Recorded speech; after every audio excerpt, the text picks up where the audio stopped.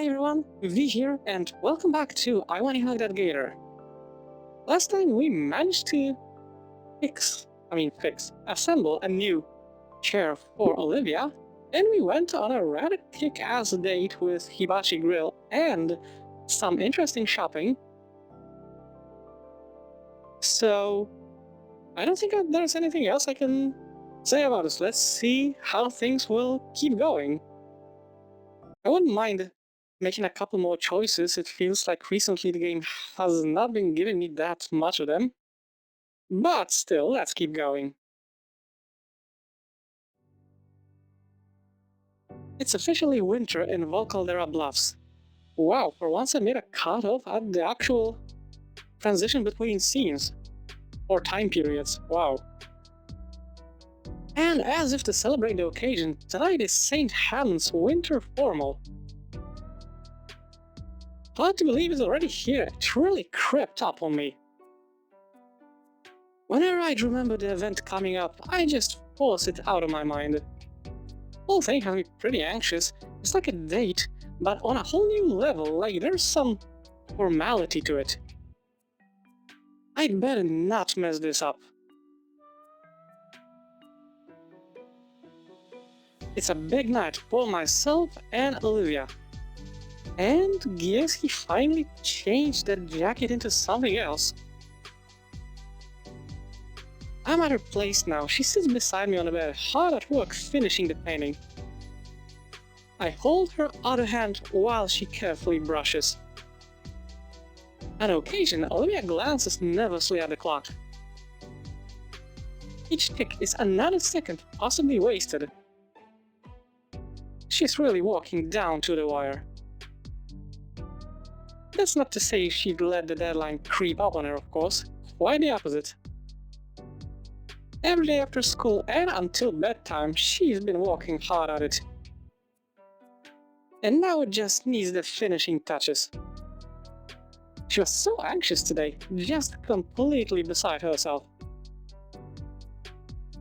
Pestering me during lunch and throughout our classes together about how she wants to finish right away, to the point I had to talk her out of ditching class. She settled for dragging me back to her place the split second class ended. Good thing I thought ahead and brought my formal clothes the night before. Brand new mauve blazer by Jacquard Baryonic, of course. I mean, some brands I recognize, some I don't, so if, like I said, if it goes over my head, sorry. Freshly tailored slacks press to perfection. And polished black leather dress boots to give myself that extra height. Surprised there aren't the gold tip boots. Tiny errant flecks of paint jump over the canvas beside me, each one gives me a mini heart attack.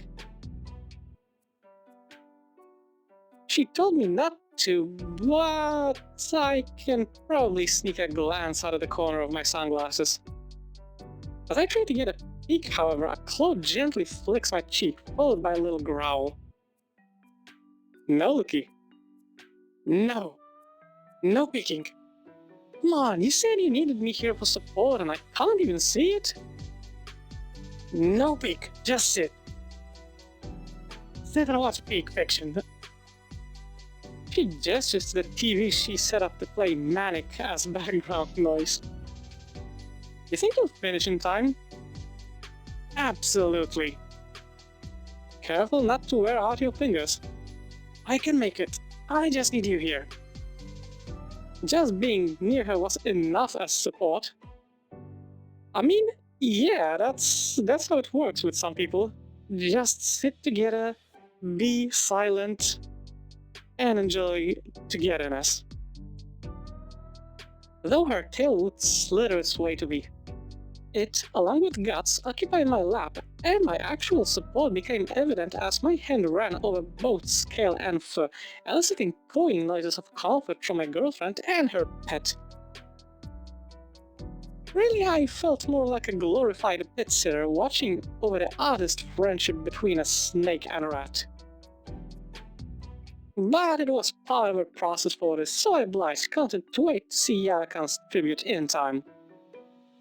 Plus, Olivia really did have a good taste in shows. I'm a little disappointed I won't get to finish this one tonight. Unless we have more important matters.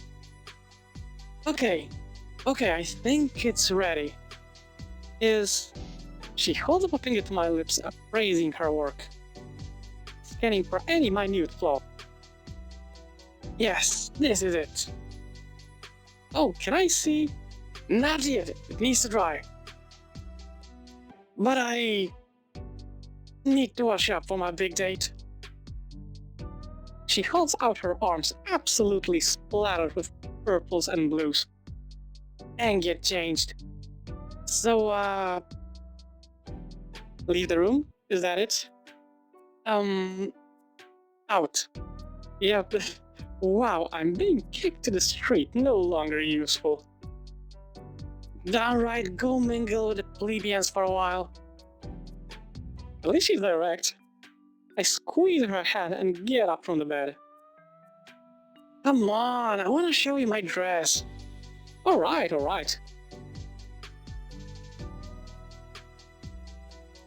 It's the season to be jolly, and the Payne's place lives up to the saying. From roof to floor, the house is decked out for the holidays, completely changing its atmosphere. Warm, nostalgic, inviting, comforting. Even outside, the house is adorned with an array of colorful Christmas lights. Okay. Damien kinda looks like a valet. Like, I'm sorry, I mean, it looks good on him, I'm not gonna say it doesn't, but it makes him look like a valet. But Liz looks amazing, though I thought there would be a couple more. I don't know if this is a choker or a necklace or something. Then again, what do I know about Brachiosaur fashion, so... Most of the Paynes and Liz are lounging in the living room. Hey everyone. Inko, is it true you ordered up? I'm pretty sure it's supposed to be a surprise for her, huh? Oh, my bad. Thanks again for covering most of it, Inko. It's pretty exciting to get one of those. Yeah, Olivia's going to love it. Though I can't help but feel like I should have pitched in more. Don't worry about it, it was my idea after all. Nice jacket, by the way. Why, thank you. Just then, Damien takes a seat right next to Liz, casually slinging an arm around her. Smooth. Very smooth. Damien looks my way with flickering eyebrows and a smug, toothy grin. He knows he's won. With suave moves like that, I should keep him in mind to use on Olivia. Sophia looks like she's about ready to burst with excitement and can't hold it in any longer. Oh, my little boy's all grown up to be a man. Mom! This looks so familiar, but that's how moms work. Let her enjoy the moment. Now, son, it's every parent's God-given right to tease their kids. One day you'll be doing the same with yours. That's exactly what I had in mind. Randy, thanks. Yippee, you guys are gonna be like this all night? Where's Vinny when you need him? I didn't want your little brother being left out and having some fun tonight, so he's having a big sleepover with his karate team. And let's be fair, I'm not going to risk that little rascal accidentally making a mess of anyone's outfits before their big night. As much as I love the little guy, the last thing I'd want is acid damaging my evening gown. I think I'm coming down with something. Oh, you son of... Oh, stop it, you. For the next couple of minutes, we simply relax and wait for Olivia. Well, Damien and I relax. With the way he has his arm around Liz's waist, a blush begins to steadily grow from her cheeks and down her neck. Kinda reminds me of an upside-down thermometer. Oh my god. Damien scooches her closer to him and uses his other hand to guide her flustered face towards his. He leans in and seemingly whispers something in her ear. And whatever it is that he said makes the lizometer hit 1,000 degrees with an alerted yelp. His parents are grinning from ear to ear as she squirms out their gaze. Damien, come on. Add in again. Smooth. Despite embarrassment radiating up like a fireplace, I don't feel too bad for her. I'm pretty sure this is what she wants. Though what the heck did Damien say to her? More so, is he doing this on purpose? You know what? After all this time, I don't think I can properly say. From one side, Damien acts like there's, big space for rent between his ears. From other side, he really has something rattling in his noggin, so I don't know, really. He could be doing this on purpose, or he could be completely clueless.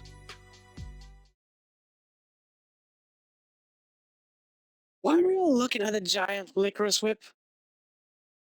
A scratchy voice draws my attention, and I turn to see... Oh, holy shit. For real. Like, for real.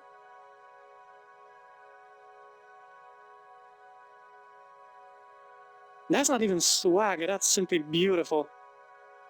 I'm genuinely floored. Yeah, me too. The dress, the accessories, the makeup. Elegance springs to mind. Regal too. But what escapes my lips is... beautiful. The others are also complimenting her, but she pays them no mind. She's looking only at me, as I am at her. Bashfully, Olivia looks away at last, and I clear my throat. My cheeks feel exceptionally warm, and Olivia is practically aglow. You look beautiful, Olivia. Thanks, Inko. Auntie Sophia helped with the dress. She twirls her chair about, allowing me to take her in from all angles. Oh, please, Olivia, you worked on that dress too. Only with a fitting, Auntie. Her twirling finally stops so that she can bring her chair closer to me. I find myself on one knee, hands and arms helping to ease her from her wheelchair and onto the couch. It's been second nature for a while. With Olivia settled nicely there, I retake my spot just beside her. A satin gloved hand finds its place in my palm, and Olivia's head leans lightly against my shoulder. I feel as though my face is aflame with heat. Yet I don't mind it as the girl beside me presses closer. Now, don't get cozy, you two. Your ride to the formal should be getting here any minute. Olivia's head leaves my shoulder so she could look to Sophia. Aren't we taking Liz's car? I wouldn't mind, but with the clothes? Nuh-uh. Inko thought of a better idea. We all pitched in, though. Olivia's looking at me now, squinting ever so slightly with scrutiny. Okay, what's your plan, dude? Did you order a limo or something? I mean, he has the nickname Moneybags, so... What did you do? Well... Okay... I did that. Damien and Liz are already moving toward the door. I get up and take hold of Olivia's wheelchair, stabilizing it for her. Inko, what? Good night, Randy. Sophia, I'll have her home tomorrow morning. Inko? Have fun, you two. Don't do anything we wouldn't. Randy? Of course. Olivia's head is still turning wildly between us all as I wheel her to the open front door. Okay, I gotta admit that the Christmas decor also looks really nice. The Gator head finally stills, and I'm sure her eyes are as wide as saucers as she sees what's parked in front of the house. Figured for such a big night, we deserve to ride in style. What about the tomorrow morning bit? Oh, we gotta hang out at my place after. Is that why I'm missing my favorite PJs? Okay, smooth. And clever. Okay, the limousine driver is already at the passenger door, holding it open for us. I gently push the wheelchair towards the vehicle as she continues to stare at it in awestruck silence. Okay, wow. Alright, this is... If I may? You may. I carefully take the painting from her with both hands and place it against the back seat. Once Olivia's satisfied, it's her turn. Oh, wow. Now this looks classy. Oh wow, it looks even nicer than on the website. Hey Inky, the boss free game, right? I throw Damien a thumbs up.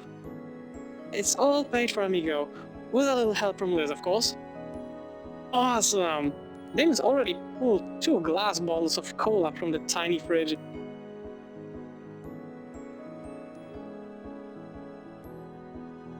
Using his tooth like that was impressive, not gonna lie. And one moment, I wanna take the whole image. Okay, Damien looks great.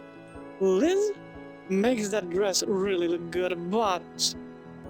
like I said, my eyes are here. Olivia looks freaking fantastic with this stuff.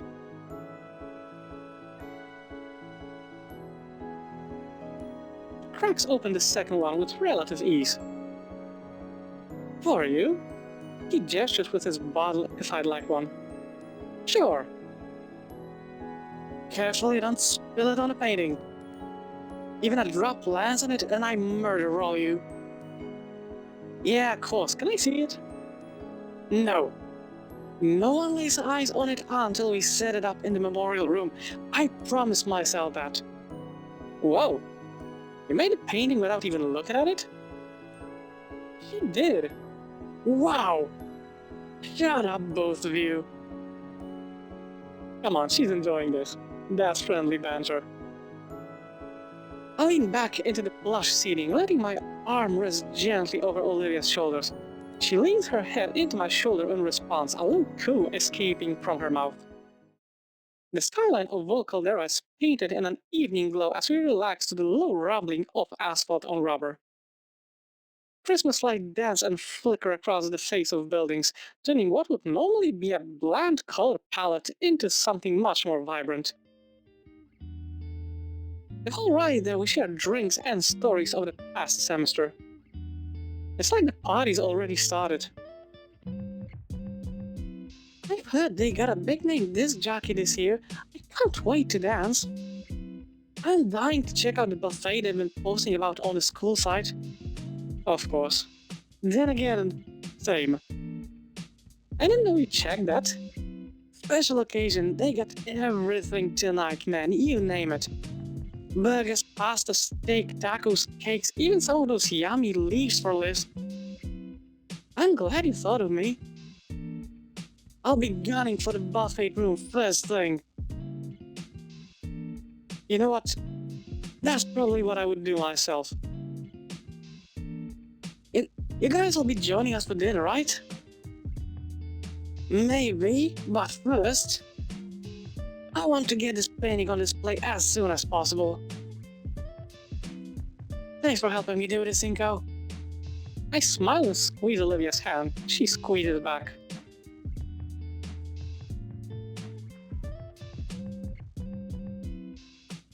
Okay. The shining moment finally comes as our limousine pulls into the open carport in front of the venue, drawing the attention of the crowd. We wait for another minute or so in anticipation before the passenger door opens wide. Taking initiative, I step out into the open as the driver sets up the wheelchair with a flourish.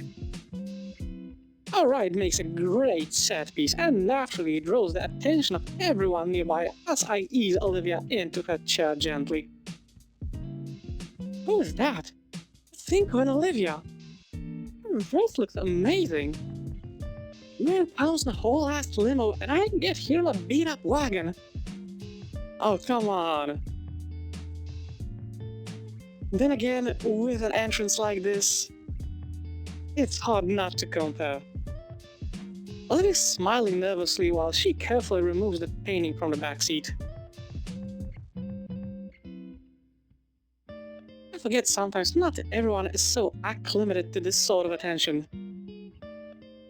Have a good evening, sirs and madams. I thank the driver before we make our way out to the entrance. A decorative red carpet stretches from the driveway right into the venue, giving our walk inside a sense of glamour. We approach the sign-in table where a sizable line of other partygoers look our way. Figures. Oh, I'm an organizer. With a painting for the memorial, you are too, sorta. What's that mean? It means we can just waltz right in. Sweet! Okay, that's an accommodation I will always take whenever I have the chance. Also, Ben looks pretty good, actually. I don't know if it's just me or he got a haircut, but that short tie and everything, he looks actually pretty good with his stuff. Circumnavigating the line, we see a familiar blue dino handling the sign-in and looking exceptionally exhausted. Though he smiles as usual when he sees us, his shifting eyes and rapid finger tapping indicate otherwise. Ah, hey you guys, you made it! And in a limo, no less. Gotta travel in style. Couldn't agree more. Bandon makes eye contact with Olivia. And it's nice to see you up and about again, Olivia. I mean, crap, I didn't mean it like that. Hey, Ben. The entire team double takes, clearly surprised that Olivia actually replied to him at all. David takes the moment to scribble a bit on the clipboard Ben was holding. Alright, we're signing. Come on, Liz. Oh dear. Oh my god. I love how that looked like. He yanked her body in and the head followed in like a cartoon. Be seeing you guys? Whoa! Ben clears his throat, as though to dislodge the shock plug in his airway from Olivia speaking to him for once. How have you been? Olivia scans him over briefly. I'm holding together, okay? I feel like making this has really helped. Would have liked for Mr. Yadakan to see this, but... Her snout motions down to the frame she's clutching tightly to. A heavy breath escapes Ben as his shoulders sag. Yeah, He sags back in that breath, squaring his shoulders. I'm sure he's happy with it already, Olivia. My date looks down to her lap, eyes shut tight. But she has a soft smile and nods. Well, gotta keep the line moving, don't want to keep everyone waiting out in the cold. Right. Ben hands us a clipboard along with a pen. Olivia and I sign in, and I hand it back to Ben. Great, you're all set. Thanks, Ben. Of course, enjoy the night. I offer Ben a slight wave as Olivia and I continue forward. The memorial room is probably in one of the side halls. They should have given us a map. It won't be that hard to find. Olivia smirks as I take the head, letting her hold the covered art piece closely.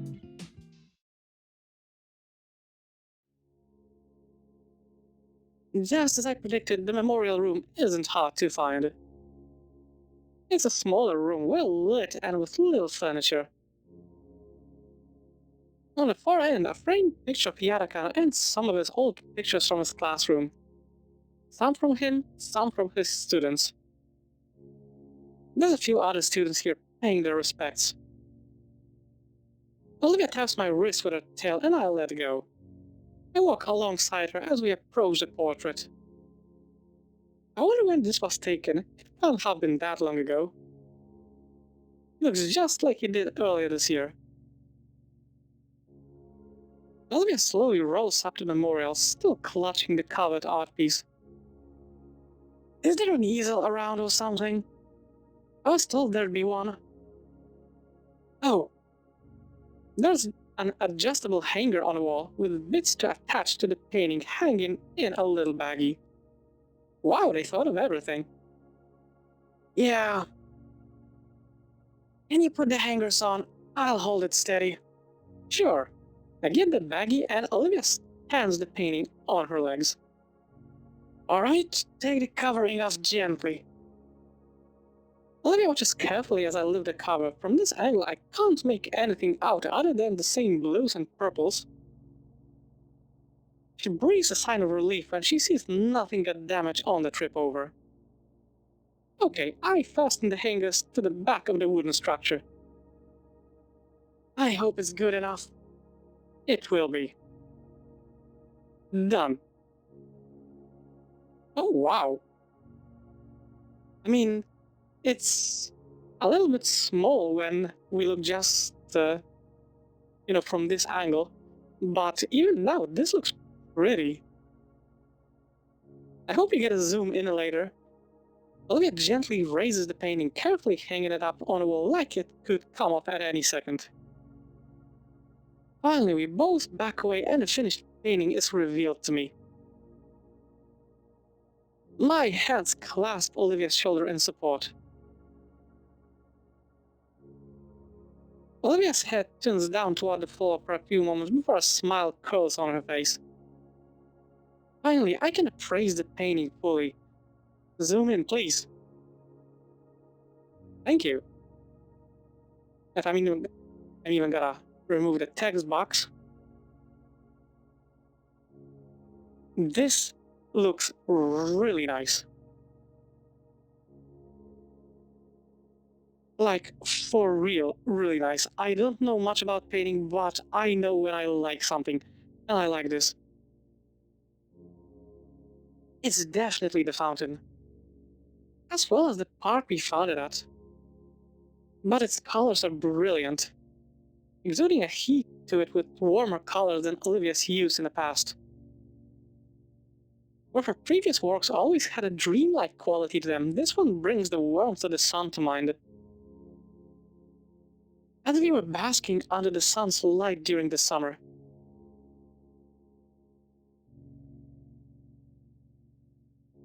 Well, do you like it? Do you?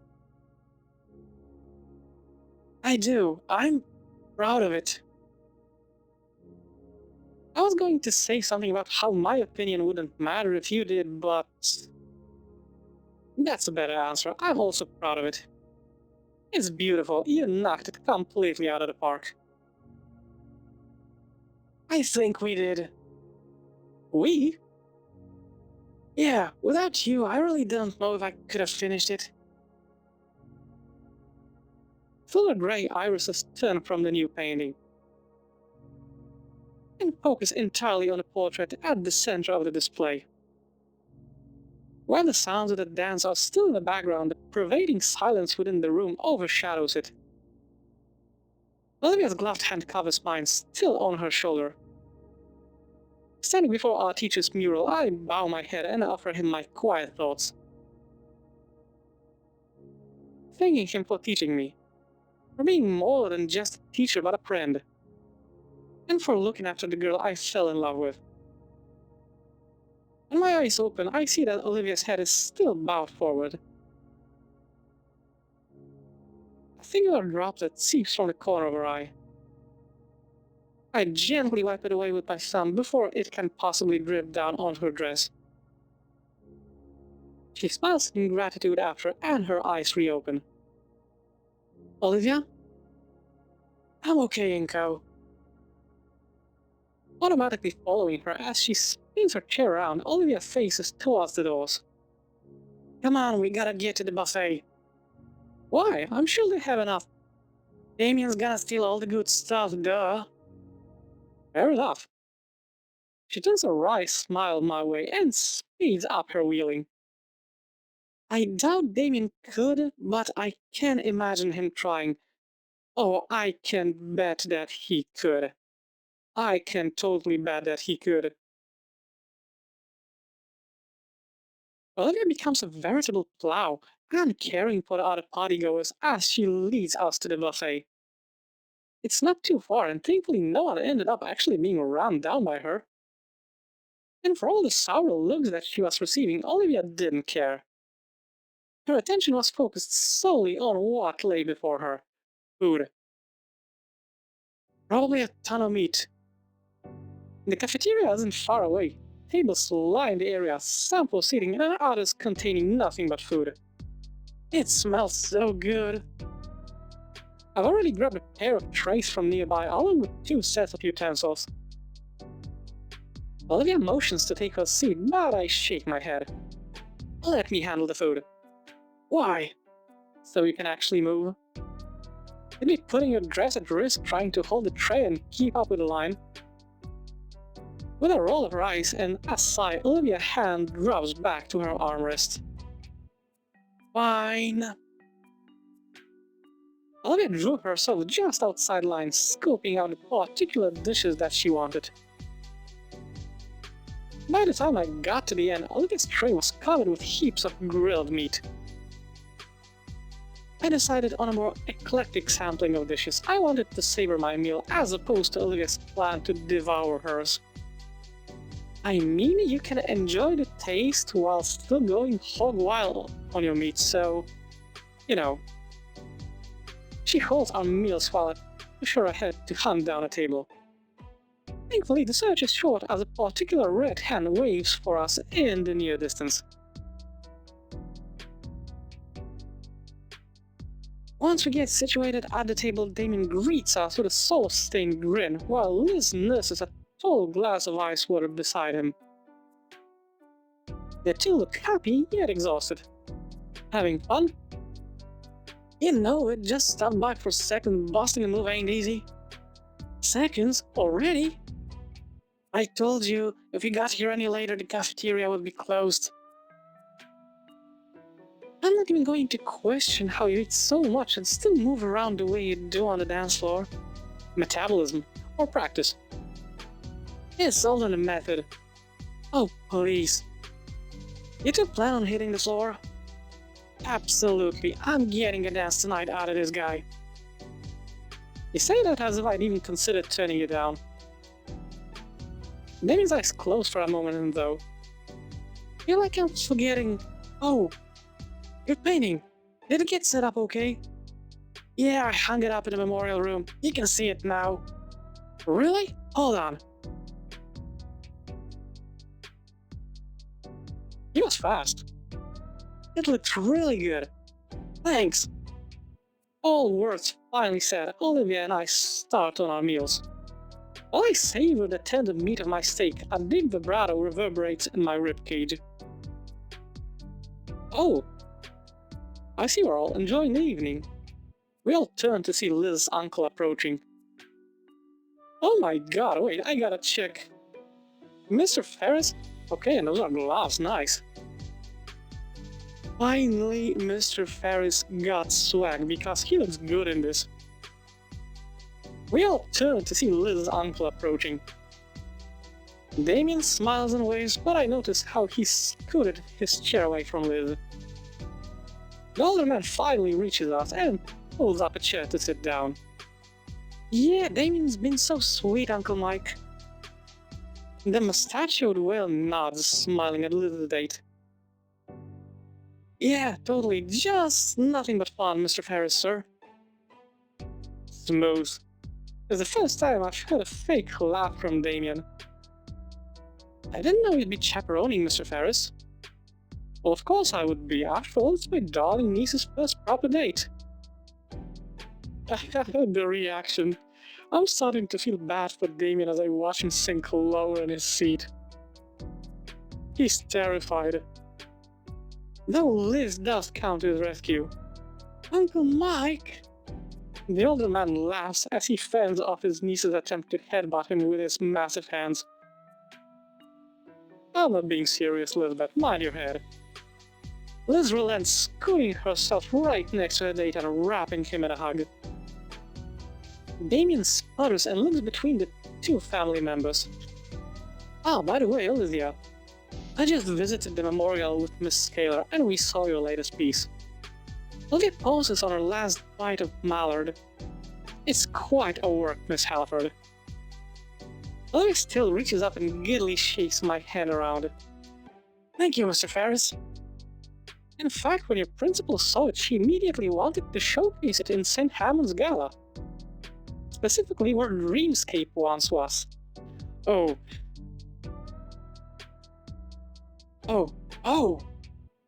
It's your painting, so it's up to you. I figured I'd come and let you know before you try and take it later tonight. Olivia ponders it while her fork spears at a particular slippery piece of greasy bird. I don't mind, but I'd like to take it with me when I graduate. Mr. Ferris nods, taking a small notebook from his pocket and writing some notes into it. Of course, Olivia. How's the brisket? I may sprinkle some when I get around to dinner. Try the roast duck as well, it's amazing. I think I will. Have a wonderful night, everyone. He starts to turn but stops and looks at Damien. That's a warning. And stares. That was a warning. Damien nods his way, and with that Mr. Ferris leaves us to our meals. I'm by no means a fast eater, but I managed to finish my own meal before Olivia finishes hers. I lean back in my chair, stretching my arms back. Across the ballroom, I see Ben heading behind the curtain on stage. Say, that reminds me. Hey, Olivia. Finish what's in your mouth. What? Has Ben talked with you recently? No, where we saw him earlier was the first time I talked to him in years. Weird. What's so weird about it? He told me weeks ago he wanted to apologize to you for everything, and I said he should tell you himself, in person. He said he would, and it hasn't happened. Maybe he forgot. He has been very busy lately. Well, we got some time, right? Why not go say hi? Olivia finishes off the last rib on her plate, gnawing at it as she calculates the decision internally. Alright, I guess. If you think it's a good idea. You guys go ahead, I'm about ready to get back to breaking it down. How about you, Liz? Don't want to tire you out. Oh, I can go for a bit longer, yeah. I'm here to party the night away. Cute. I collect our place and quickly walked into the collection spot with him. Olivia's moved to the side, freeing the table for another group to take it. Taking her Chell's handlebars, I take us around the dance floor. We can clearly see Liz as we pass it, though Damien is hidden by the press of bodies. Her face and neck are once again scarlet. Gee, I wonder what Damien is doing to elicit that kind of look from her. Once we pass the crowded area of the room, I see a solitary set of double doors at the stage's side. That must lead to the backstage area then. He should be back there. Only one way to find out though. Olivia's hand grasps the door handle and I draw her chair back to open it. Reaching over her, I keep the door open so she can wheel herself in, following right after her. Okay. Looks kinda ominous, but most backstages look kinda like this. Inside the backstage area, it's a lot quieter. Despite the DJ blasting music just a few yards away, these curtains must be thick. Well, and the speakers aren't facing us anymore either. A few lights are on so the staff can see, although barely anyone's around at the moment. Across the way, sitting on a crate and swirling a glass of soda to himself, is Ben. He doesn't notice our approach and jumps a little when he sees the two of us. What are you two doing back here? This place is off limits. Olivia and I wanted to say hey, check in on you. Okay. Hey, this place is still off limits. Right now I'm the only break I get all night. You said you and Olivia wanted to see me? I don't want to hold a grudge anymore. Oh, what? He puts his cup down, suddenly more attentive. That's surprising. I told her about our conversation from a month ago. She said you never went to see her, so I got curious. Oh, yeah, I did say I would, didn't I? Sorry, I forgot. I've been, busy. Ben, you're hiding something. You're totally hiding something. Alright, let me gather my thoughts. Ben runs his hand through his hair, thinking of how to string his words together. Olivia, I'm sorry, about all those years ago. I thought I was doing something to help you out. Instead, it pushed us apart and hurt you. Made you doubt yourself, made you feel cornered, so you felt you had no choice but to shut everyone else out. I didn't know it would affect you that much. And I've been regretting it for years. I'm sorry. I don't know if it was rehearsed or genuine, but that's something. Beyond the muffled beats of music playing just beyond the curtain, a silence hangs in the air. Thanks, Ben. It means a lot to hear that from you. I still want to ask, why? Why? Why did you do that to begin with? Ben flinches and looks aside in hesitation. I felt bad for you, wanted to do something nice. And? No, and, that's it. Dang. Sorry if the answer isn't satisfying. It's fine, I'm not sure what I was expecting either way. I just know that it's well past time to forget about all of that. So, we can be friends again? I'd like to take it one step at a time. Okay. I mean, that's always something, at least you're on talking terms again. Maybe something in the future. It's a lot to process, even this conversation happening for me.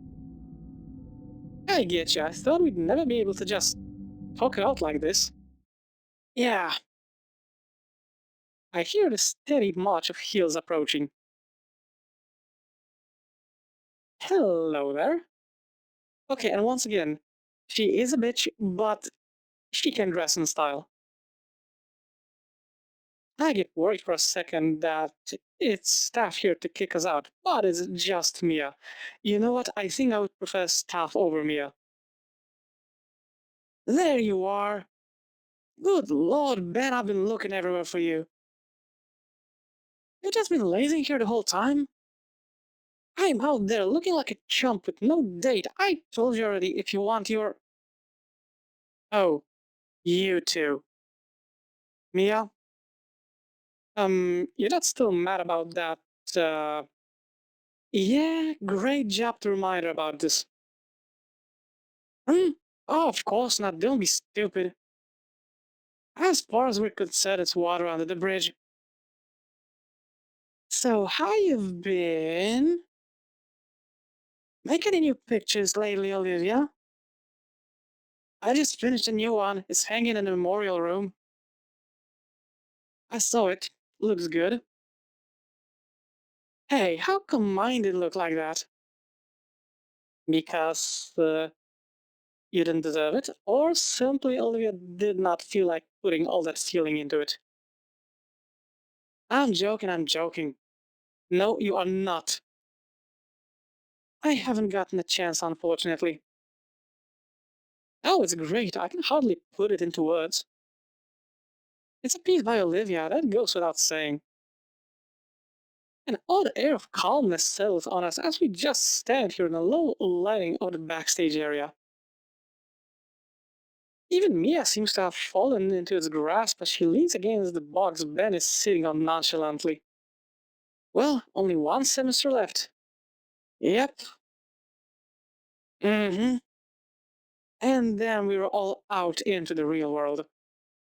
So we're all cool with each other? Sure. I'm not buying this.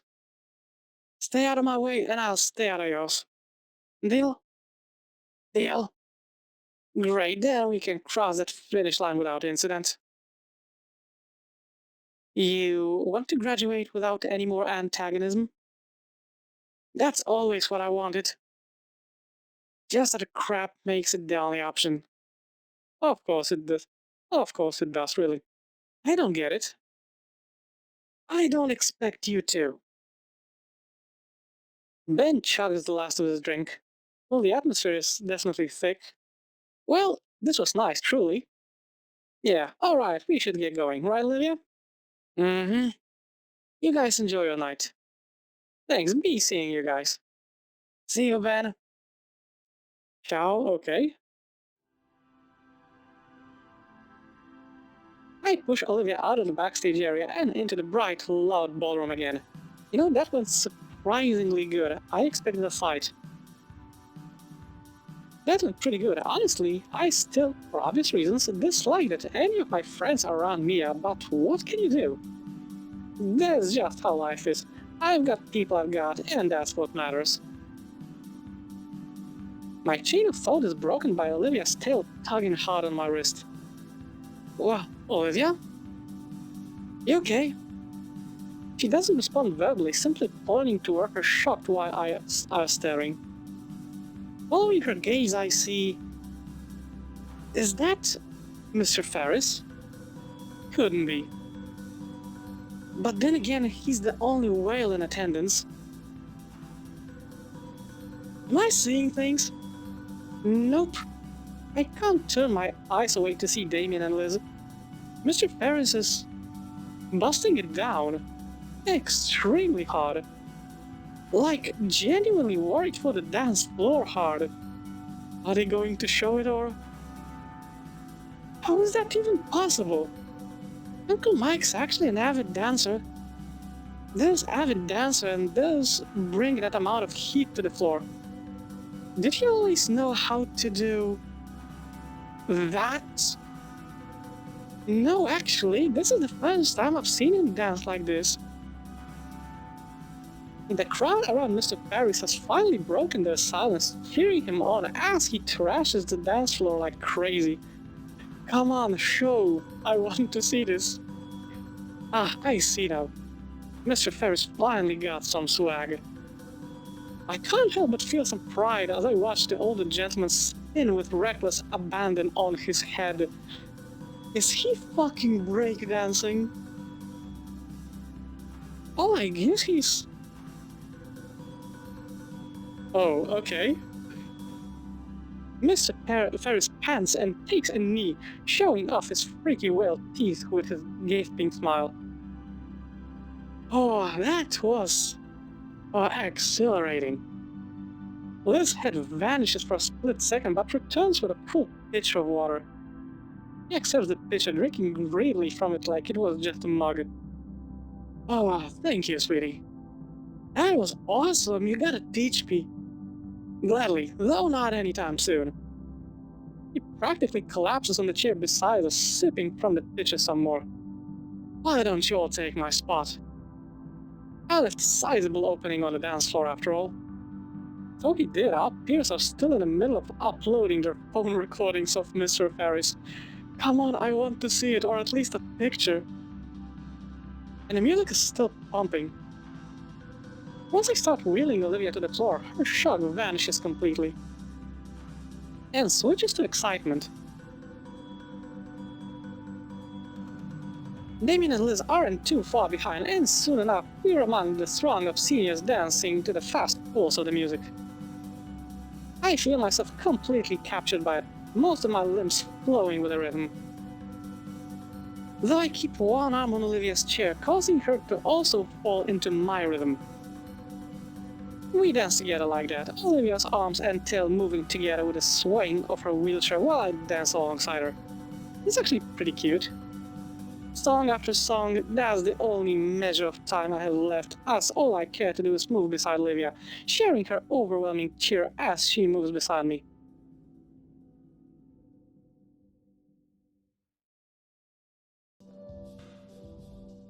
At a certain point, my throat's too dry to ignore. Olivia caught me rubbing my throat and decided it was a good time to break the soda. So we sat on the outskirts of the dance floor, resting against each other and catching our breath. So, good night so far? Yes, absolutely. Probably the best of my life. Wow. For life, my thoughts go back to the parties I had gone to. They had been dancing and talking and lots of people, but when I compare tonight to all of those small house parties, too much? No, actually, I think you're right. This has been one of the best nights of my life too.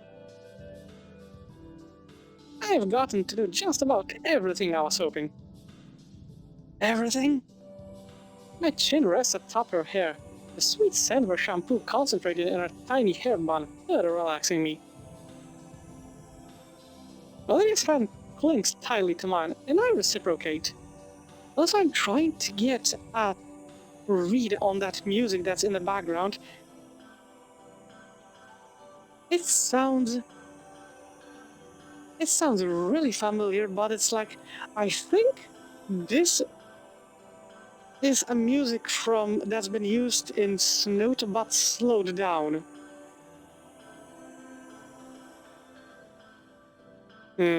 You? Almost, there's just one thing. The pop music dies down and the lights start to dim, signaling the start of the slow dancing. After that, the party is going to be over. I feel her head turn, her bum touching my cheek and making me pull away. Olivia looks wistfully towards the dance floor where the crowd has diminished to only the couple swaying gently to and fro. She's clearly thinking about something. Something, right. I stand up and face her, taking both hands. Olivia? Would you like to dance? Yes. Yes, please. That would be perfect. Olivia practically jumps back into her wheelchair from a seat. Come on, they're only playing a few of these sappy tracks. Her tail dragged me by the arm to an open spot on the floor. Alright, how are we gonna do this? A hum of mirth slips through Olivia's smile as she takes my hands in her own and takes the lead of our dance. Oh, this is beautiful, really. And her face.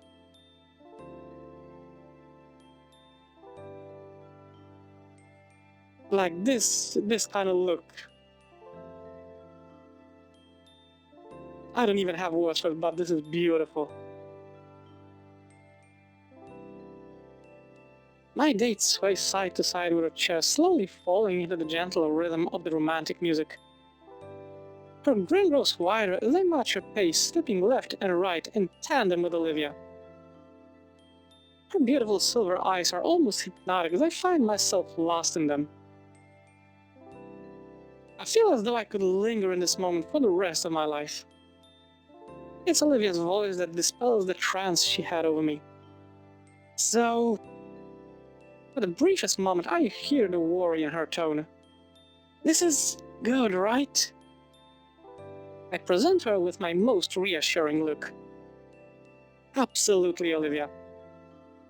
Olivia's eyes turn downward. Yeah, but... There's still hesitance in her voice. My fingers squeeze lightly to draw her eyes back to me. Olivia, what's wrong? I've been practicing just for this. What? Yeah? Yeah, because I've been thinking about this a whole lot too. It's been bothering me that we can't really dance, you know? This is perfectly fine though, Olivia. I mean, I want this to be the best it can be, without letting any dumb condition get in the way. And you do too, right? Except I don't mind one bit. We can't dance like everyone else, so what? We're still dancing. Olivia smiles, though it carries a hint of mischief. Trust me, alright? I want to show you something. She breaks away from my embrace. Huh? What? Just keep your eyes on me, Inko.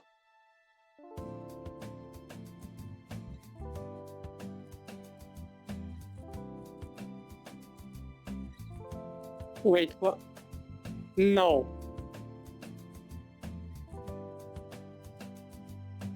She's using her tail to stand. Oh my god.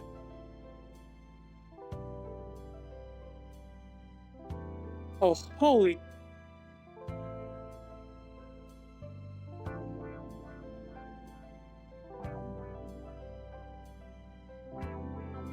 Oh my freaking god.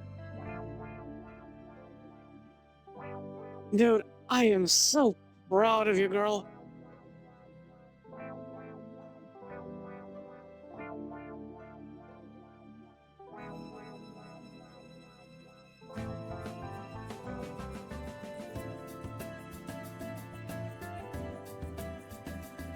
I have no idea how... But I mean... I guess she's leaning back on her tail, but oh my god. Olivia, you are rocking.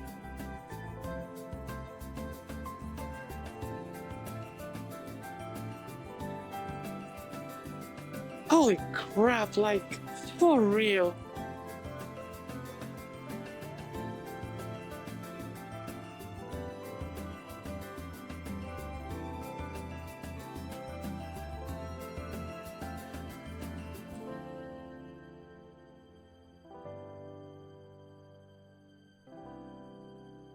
This is beautiful.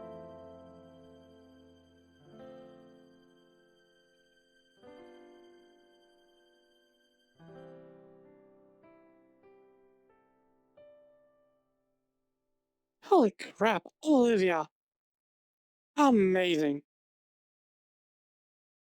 I'm exhausted. I'm thrilled. And I love her. She really went so far just for me. No, just for us. I'm thankful I have these glasses. I feel pricks of tears at the corners of my eyes. The final song ends and the lights brighten once more. The crowd around us shifts.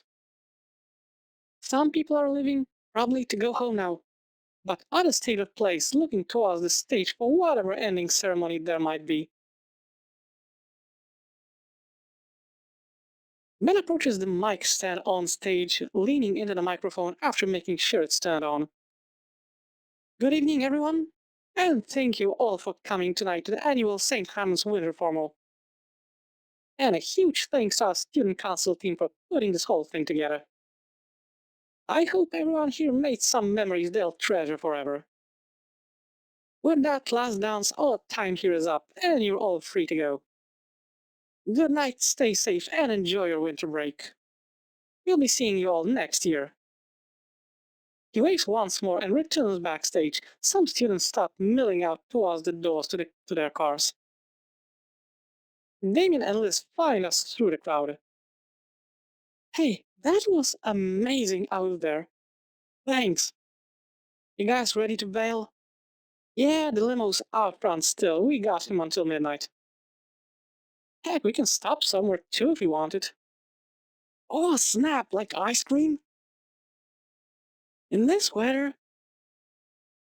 Excuse me, that's hater talk. You can have ice cream whenever you want, in the middle of winter too.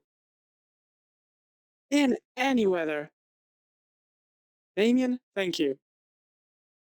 Olivia? I'm steaming hot. I actually would like a root beer float. Sounds like a plan.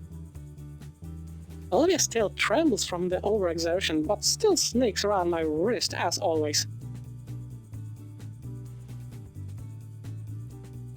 She huddles to herself as we leave behind the Grand Town Center and out into the freezing air of the city. True to my word, the limo awaits just outside down the walkway. The driver gets out on seeing us and goes to open the door for us. Damien and Liz hop in, sighing in relief at the heated seating.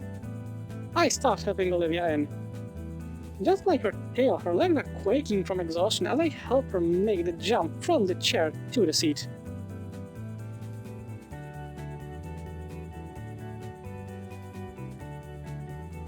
We're all collapsed on the cozy seats, the euphoria from the dances finally wearing off and leaving us with just the exertions of them.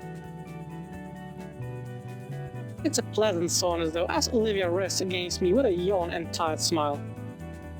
Damien hands out last bottles of blissfully cool soda, which we nurse slowly.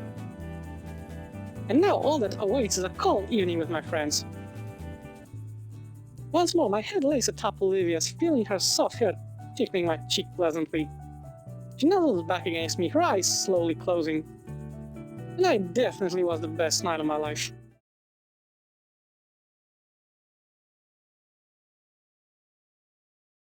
Wait, wasn't I supposed to give a speech? You know what, that's a very fair point. There was meant to be a eulogy. What? I swear there was supposed to be speeches for Yarakan. Ben was gonna do one, I had something ready. Oh yeah! Yeah, what gives? We tried to argue for the extra time with the venue owners for it. They wouldn't budge, so we just had to cut the rest of the formal short. I checked my phone. 9:53. Huh. Is something up? Maybe, but we all got dismissed anyway. You guys can go check it out if you want. I'll chill here. Should we? Olivia looks back to the entrance. Some people are still leaving, but I can see most are still inside. Probably waiting for the ride since the formal ended early. Yeah, I'm curious. Alright. Hey, don't start driving yet. Sorry, we're going to be a little while. Forgot something. Of course, we'll be right here. Thanks.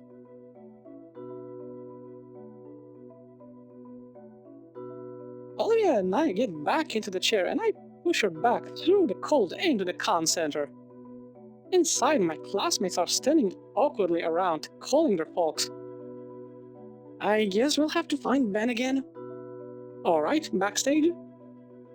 Maybe, let's check. As we pass through the crowd, the principal takes the stage.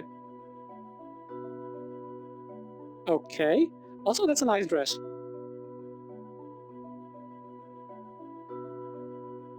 The microphone isn't turned on. She annoyedly gestures to have it turned on and tries again. Excuse us, we're having some technical difficulties at the moment. We should have one final event tonight. Our apologies for the confusion. Please wait while we get things organized. She's definitely annoyed at something. Something's up. When nobody's looking, we slip back in through the staff-only door. Now, where would Ben be? He's not back in the main backstage area. There's a few other workers walking around, dragging the dining room chairs into neat stacks. They don't pay us any mind, however. Best not to push our luck and ask them where Ben is. Maybe he already left? Doesn't sound like him. Yeah, well, where else? There's a number of storage rooms, but no dice either. Just as we're about to give up, Olivia points out one last door in the back. It's like the memorial room, only far in the back. There's a few tables and a fridge. Ah, this must be the lounge. And it's occupied already. Ooh, this cannot be good. Thankfully, we found Ben. Though it seems like he's being accosted by Mia. It doesn't seem like she's noticed us as she looms over Ben. This is unbelievable. I really don't ask much of you. Could you, at the bare minimum, not be a jumpy spaz in front of my friends? I'm sorry. You better be. Tonight was important and you nearly ruined it. Mia, I'm sorry. I've been trying my best. You know I can't help it. Listen, I've been good like you wanted. Just please, I need my... Whoop, whoop, whoop. He holds a finger to Ben's mouth. She jerks her head our way to direct a silent threat of violence at us. People are listening. What are you two doing, eavesdropping like that? Crap. Hey Mia, we were looking for Ben. Oh my god, why? Clearly it's not a good time. In fact, you picked a very bad one. Show's over, scram, go home. I was saying, Mia, please, I need... Shush. How much longer are you holding it? You promised... I said shush, I'm serious. Holding? What are you keeping from him? I waited like you wanted. You said you would. Alright, you know what? We should talk about this on the way home. Come on, now. Mia, it's over. It's been a whole month. I'm sorry I didn't listen to you. Please, I feel... Shut up already. What did you do to Ben? Okay, there's definitely something we don't know about going on here. Nothing that concerns you, really, Ben. Come on now, Ben. She huddles him by her chest and starts walking out the door. Naturally, we follow.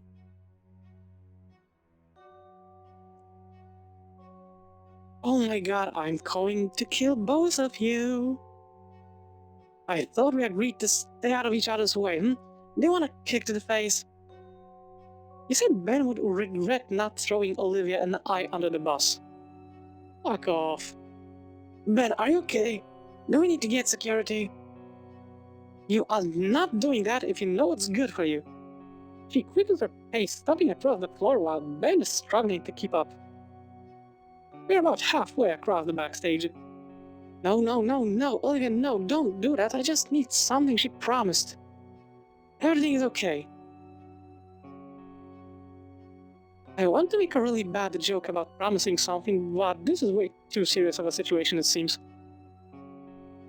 Dude, you look like you're about to have a heart attack.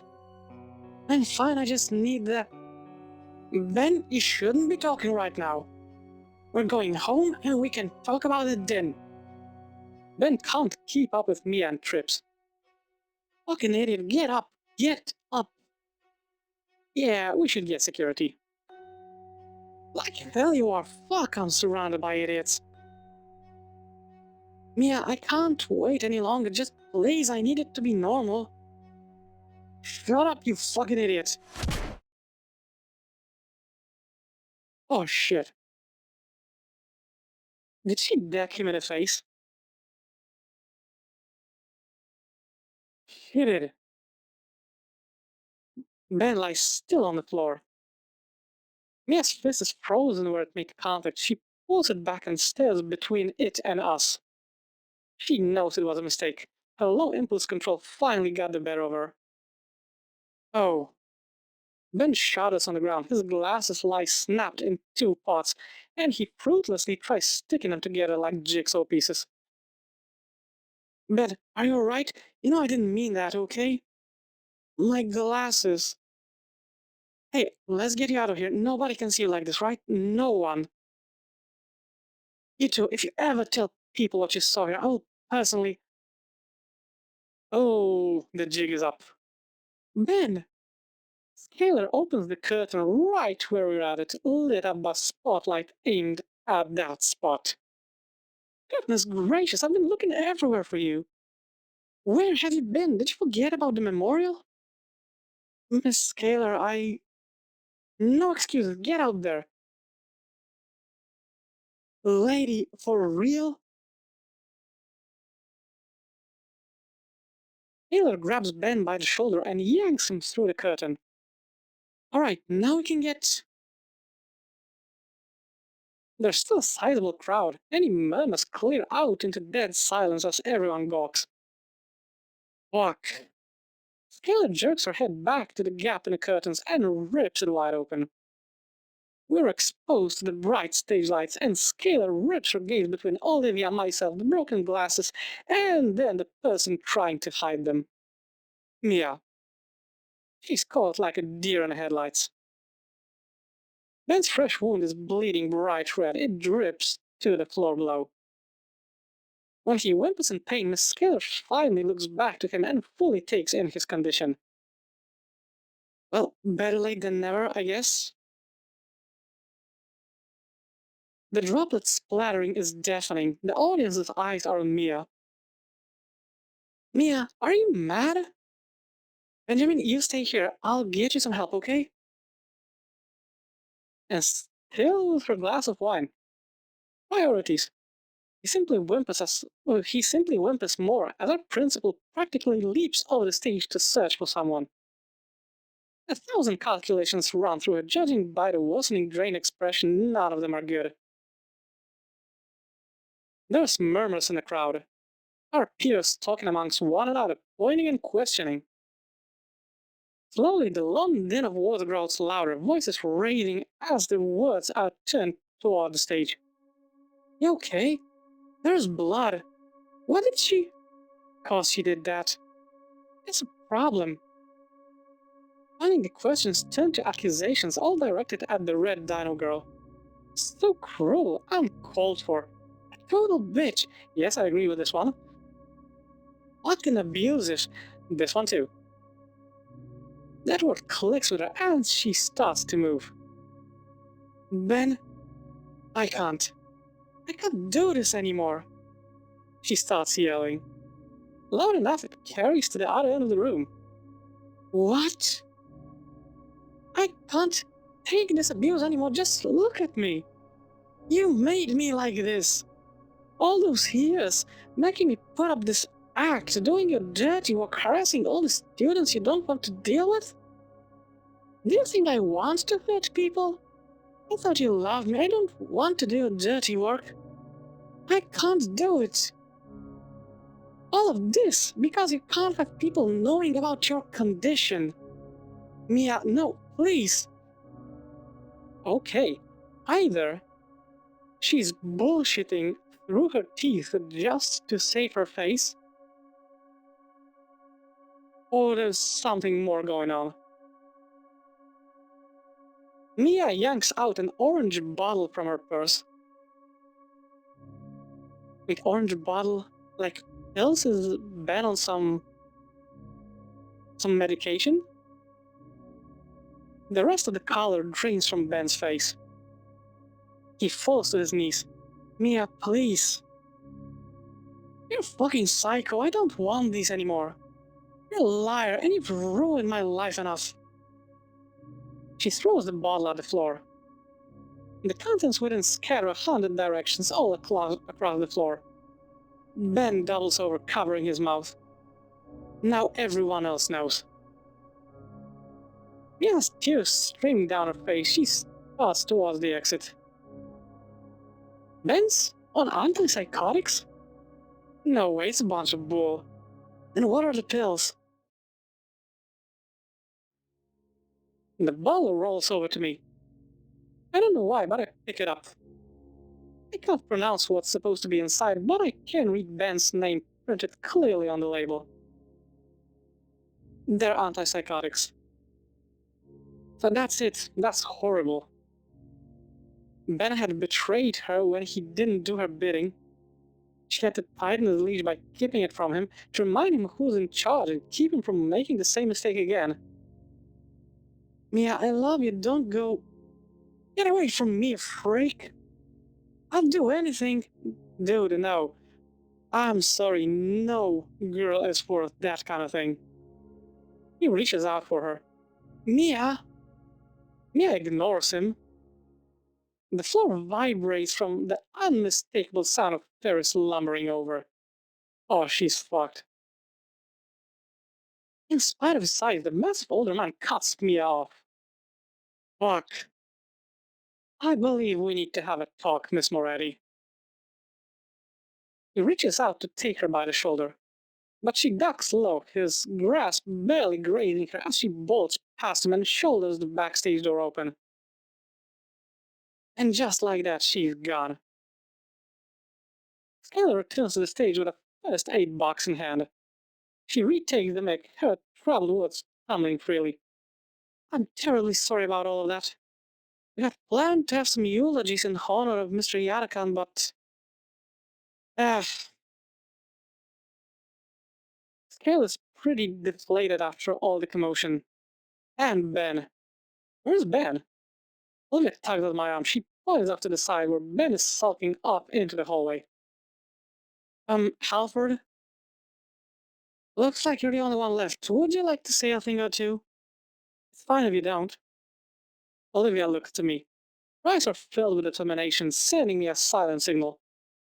Of course, Miss Scalar. I'll speak on behalf of Ben, too. Olivia looks pointedly at me, waving me up to go after Ben. Nodding, I take the medic box from our principal and follow after our injured friend before he too can escape from view.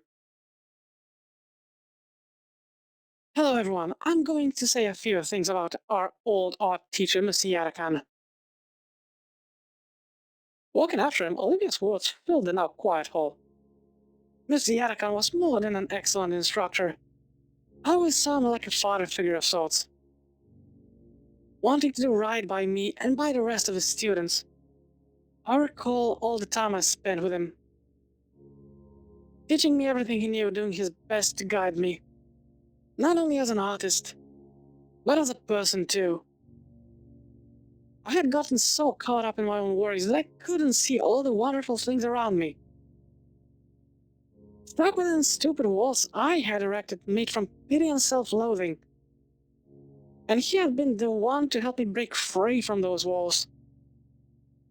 He helped me to become a better person because he believed in me just like he believed in all his students.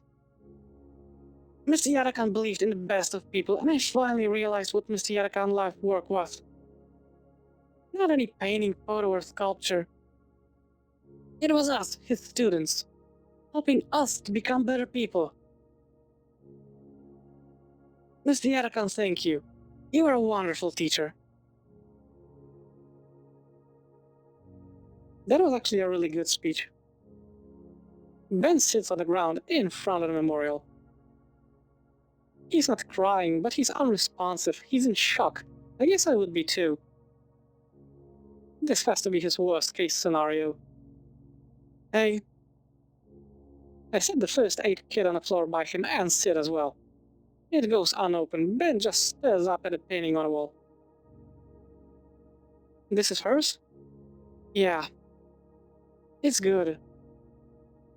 Oh, hang on. I fish out the bottle from my pocket. The few remaining pills clattered it as I pass it over. He takes it and stares at the contents before just downing the last dose. So, I'm not going to talk about the Cinco. Alright? With respect to Ben's wishes, I stay silent and Mr. Yarakan smiles down at us from his picture. She's been able to do something like this. Meanwhile, I'm just running around making things worse for myself. I look to the ignored first aid kit. He follows my glance and grimaces. Does it hurt? It feels better than what's inside. I'm probably only talking now because of the adrenaline. I don't feel like crying anymore. I just feel empty, or like throwing up. Now everyone knows. I tried, you know. All the social classes, all the times I forced myself to be a social person. I have noticed how well you get along with everyone. I did everything right, and now it's all for nothing. I don't think they'll care. Yeah, I was about to say that. I mean, you are a nice person. Just because you have a condition that requires some medicine doesn't mean that you're any less of a person. Come on. Will they? Tell me, do you see me the same way after hearing the word psycho? Neither does anyone else. It's just natural. It can be the mildest thing in the world, but the label doesn't discriminate. Even with all the good impressions I've made over the years. I'm a threat. I may as well just drop out and finish high school online. You're my friend still, and you're Olivia's friend. Am I? Given time. We just sit a while staring at a painting. You know a little Trudon? I took Olivia there. She loved the place. She got herself some fancy Asian paints for this. He nodded.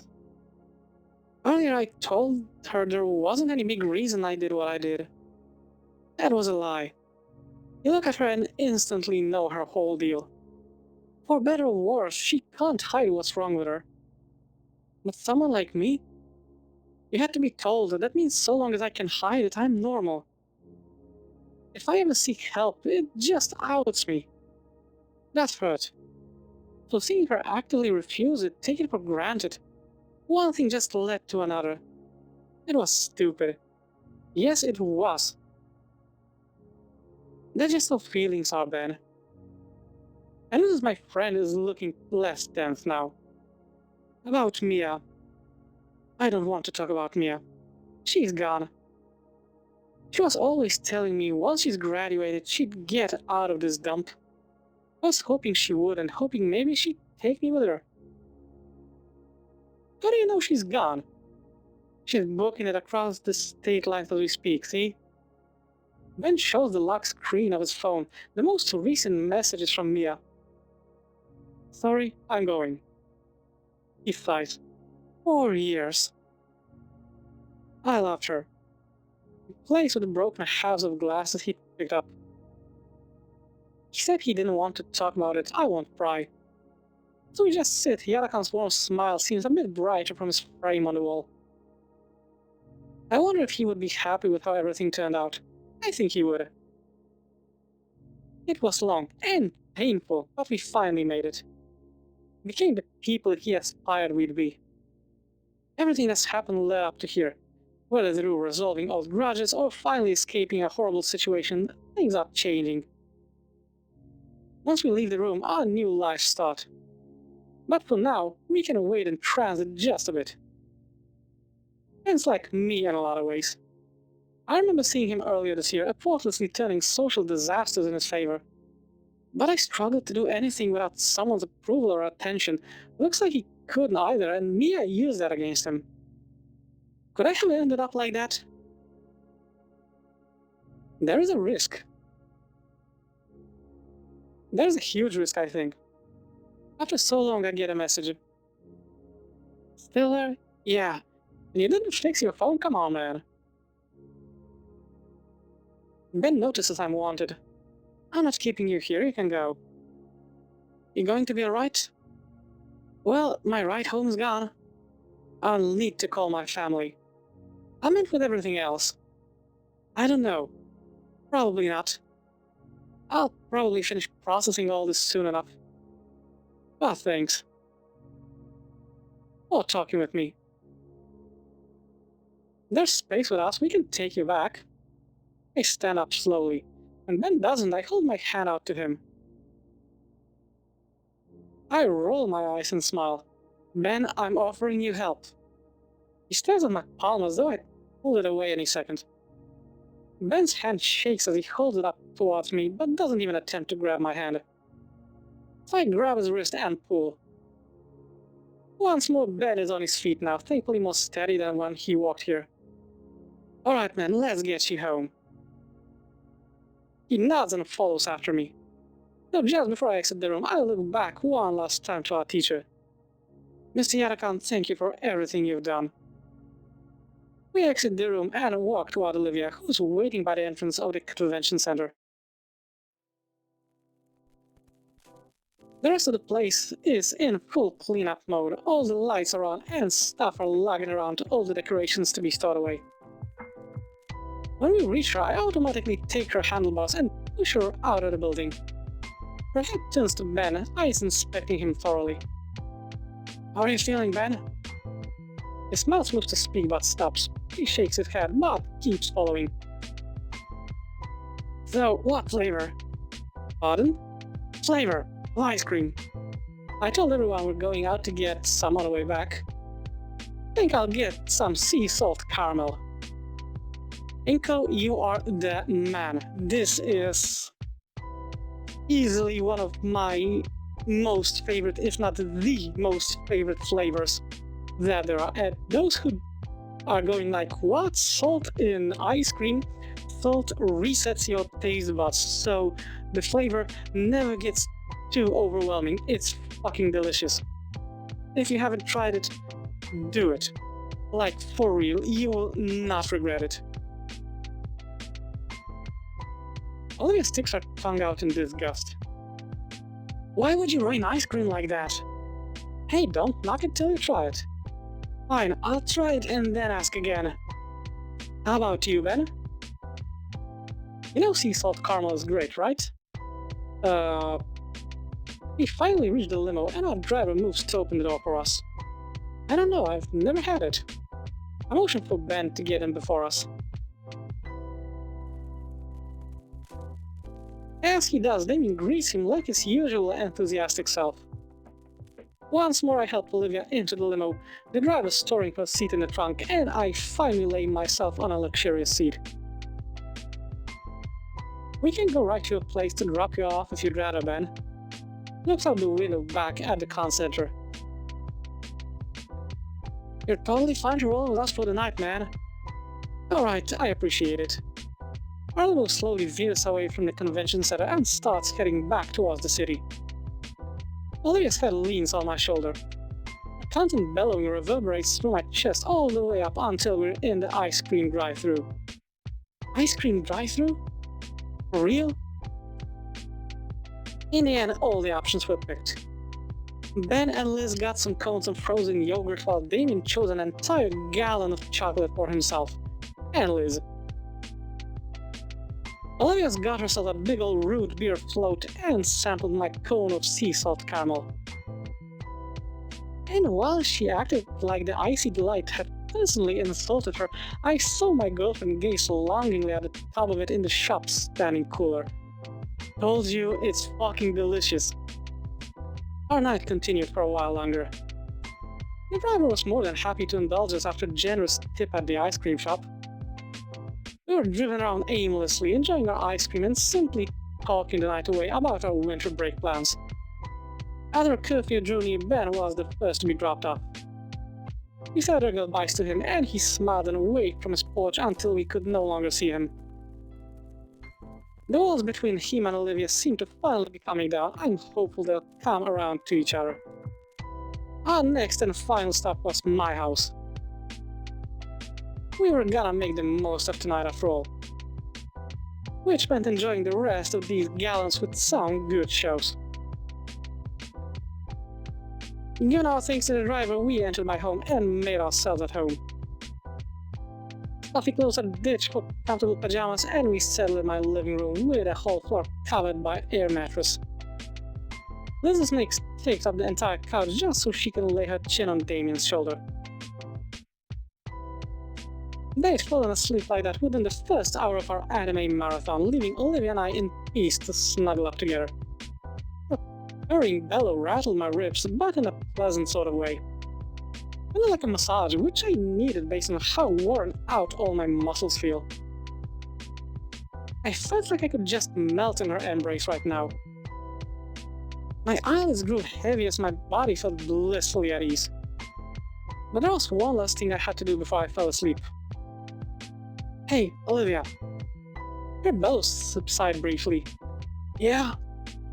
I had a lot of fun tonight. Yeah, me too. She smiled at me, so soft and inviting.